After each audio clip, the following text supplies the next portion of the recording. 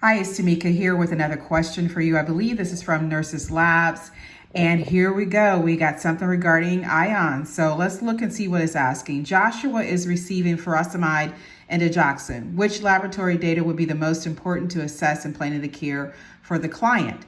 So as you know, I recommend that you have something to write on, something to write with, taking tips, how to really break down these questions and figure out what it is that they're asking you. So I like to look at keywords, medications, diagnosis, signs and symptoms. So I have three, furosemide and digoxin. We're looking at the relationship between those two and what should you assess, right?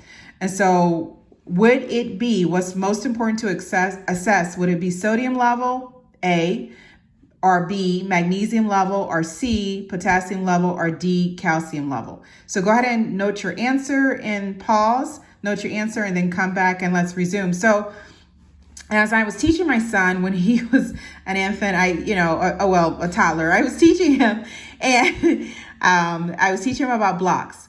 And I used to recommend as a teacher, don't just say that it is a diuretic. Say what kind of diuretic it is, because that can give you a hint. So furosemide is a diuretic. It is a loop diuretic, and it's also a potassium wasting diuretic. So Lasix, furosemide, is a loop diuretic.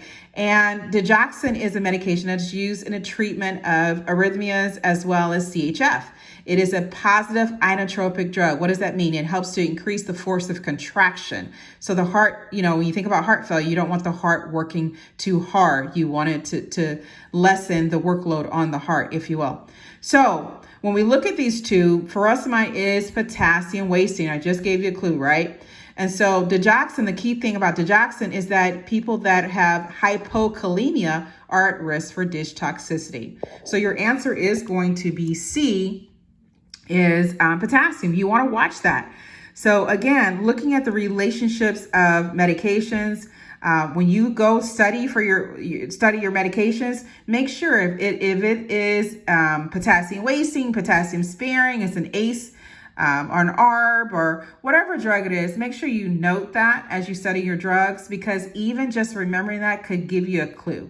All right, I'll talk to you soon. Take care of yourself. You got this, one day at a time, and thoroughly review if you feel the need to, right? Because we want to do it once and be done. If not, it's okay. We're going to learn from it, and you're going to keep moving forward. I'll talk to you soon.